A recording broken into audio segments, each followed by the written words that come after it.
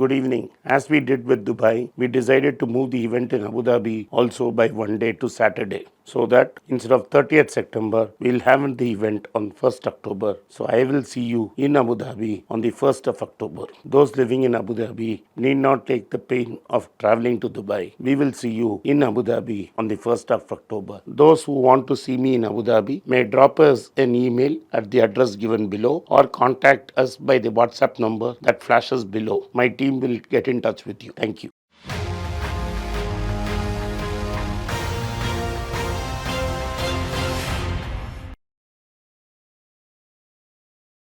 Good evening and welcome back to Be Rich.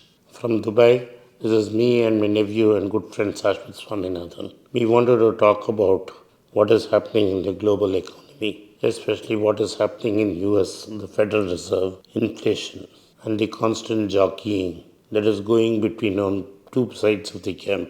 One which says inflation is done and will decline automatically, and the other which says the Fed needs to act further. And the consequences of Fed tightening on the rest of the world. Good evening, Shashwat. You can start. Yeah, so recently a lot of statistics has been posted by the Federal Reserve. One of it being the fact that your price of lumber has crashed. It has come down, and they had also released a statistic on the number of new permits for housing, which is now in decline. The number of permits from the peak of the intervention and free money has declined, and the analysis which is being offered now is that all those people who found their jobs banging nails are going to be out of their jobs in a few months. What do you think about that? See, I do not know. We should go by the figures that are published. The core inflation strips out fuel and food, and the core inflation is still going up. It's at 6%. Right. And overall, the inflation came down primarily because of gasoline prices falling. From yesterday, the American strategic reserve sale is over. Crude went up 3%. So crude prices are still volatile. Yeah. We cannot take one particular segment and say wood and lumber prices are falling. Therefore, everything is hunky dory. But the number of new issues for houses to be built has come down. See, more than housing permits, you have to see what is the rental position. Okay. Because the cost of renting is a major component in your index. Yeah. That seems to be no sign of slowing down. Robert Schiller has written, the Nobel laureate, has written an article which says the Federal Reserve's actions have not yet hurt the real estate sector. Have not yet heard of it. His case in Schiller Index, which he created nearly 2 decades ago, shows that there is a decline. Yeah. But that's a marginal decline in prices of houses after it has gone up 45% in the pandemic and post-pandemic era. So prices went up by 45%, and from that height, Yeah. there is some small blip down.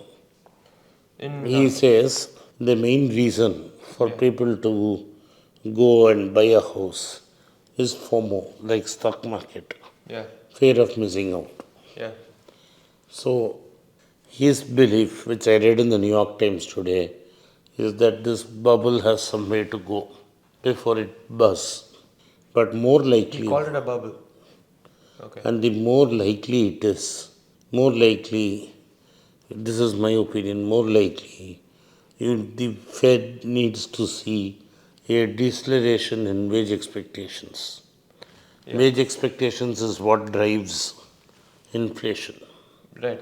Right now, there are no signs of wages declining. But another One statistic. second. In the problem in wages is America has been a land of immigrants always. Yeah. So you had a fresh wave of immigrants willing to enter the job market Yeah. and keep jobs steady. Over the last 12 to 16 years, immigration has become such a big issue that the amount of new people who have got into America have dramatically declined. Right. So they are not adding to the labor force. Yeah. So the labor force is tightened. It's very difficult to find people to work at reasonable wages. What was considered reasonable before COVID. So people seem to be asking for more and more salary. But And the jobless rate has not significantly fallen. So unless these happens, the Fed cannot stop tightening. I would like to listen to you now. But my point being that over the past 23 or 29 financial tightenings, it's always been, or rather from the past 67 times, there was a metadata analysis done in 2013 where out of 67 tightenings all across the world, the average time it takes for the results to show the lowest price to be hit is 29 months. So only after 29 months do you, and for more developed countries like the US, it takes even longer for the lowest lows to be hit. So is it really fair to, because it takes time for interest rate hikes to trickle through the economy. Is it really fair? And there's another rule called Sam's rule, which says that if you see a 0.5 percentage decline from the lowest of lows in employment rate, then you know that a recession is inbound. What you should understand Yeah. is there's a concept of Naidu, a natural unemployment rate below which if you push, an economy will get into a wage spiral. Yeah. Some people believe that fed by chasing full employment has pushed the envelope beyond Naidu, and that has caused the spiral of wage inflations and then led on to other inflationary expectations. Yeah. It is now clear that Russia and China are not going to be the factories of the world. Therefore, the cost of raw materials or the cost of input goods is going to set to rise. And this is also not a transitional thing, it is a permanent thing. Well, I don't think you can say that it's a permanent thing, right? You don't I think have the it's data to back it up. I don't, but one thing for very sure, China is not going to be the factory of the world. Two reasons. One, China's zero COVID, disaster zero COVID policy. But more prime reason is China simply doesn't have the number of people. There is a report which says China undercounted the number of people and therefore, overcounted the number of people, and there are more people. There are lesser people than what actually the Chinese government said they are. And also, what happened is because of their one child policy, their aging has been very rapid. Yeah. So, simply the factories will have to shut down. When factories move to India or other parts of Southeast Asia, the costs are going to be higher and the US has to bear with it. You can do away with some goods still for some time, but once prices go up, you do tend to buy them. Right. With then there's another data statistic where in the US when they divided income by quintiles, that is the bottom quintile actually had negative cash at hand.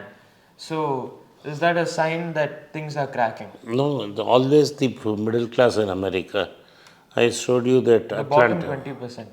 not the bottom, even the top of 50% of the population. Every other quintile apart from the bottom 20% has positive cash in hand. Positive cash meaning what? What that Atlantic, I showed you that guy who wrote best-selling books. If you ask an average American whether he has $5,000 ready for any emergency that comes, Yeah. the answer, except in the top 10%, is no. Yeah. They depend on credit card and other easy forms of borrowing. Yeah, another fact is that credit card borrowing has remained constant and actually has remained above their pre-pandemic levels still. So, exactly. So, consumption is increasing. Yeah, they haven't been able to crack down on consumption. So, unless if your consumption increases and goods are coming from China and Vietnam, Yeah. and goods from China don't come and alternate supplies have to be made, all that is going to take time. My sense is this inflation will not come to 2% anytime soon. What Even, about persistent energy prices? even today, where about a couple of weeks back, Jerome Powell in his meeting said the inflation will come to control only in 2025. So, persistent energy prices will remain till that war between Russia and Ukraine is completely settled. And that's going to take a long time. Yeah, and that's why you're stripped fuel and food and still talking about only core inflation, though I would like to include food in that basket. So I don't think inflation is going to end anytime soon. Jerome Powell has indicated a 1.25% rise in the next two meetings. Whether it is a 0.75 and a zero point 0.5 or a zero point 0.5 and a 0.75 is something we have to wait and see. But I think till middle of April next year, the Fed will keep increasing rates and making life very difficult for Americans, Asians and Europeans. Thank you for watching. Be rich. If you like this video, hit the subscribe button of my channel and turn on the bell notification. If you do not turn on the bell notification, you will not be notified every time we put out a video. Once again, I thank you for your support for Be Rich. It's a great privilege and honor that so many of you in thousands have subscribed to my channel and have supported me. I have written two books in English, The Alchemy of Money and Ordinary Stocks, Extraordinary Profits. These books are published by us and are ready. If you want to procure a copy, send us a message to the WhatsApp number given below and my team would respond to you. If you want an Amazon Kindle copy, you can click the link below. Finally, those who wish to consult with me can send a mail to berichenglish@gmail.com. Once again, I thank you for your support. If you like this video, press the subscribe button of my channel, hit the like button and turn on the bell notification.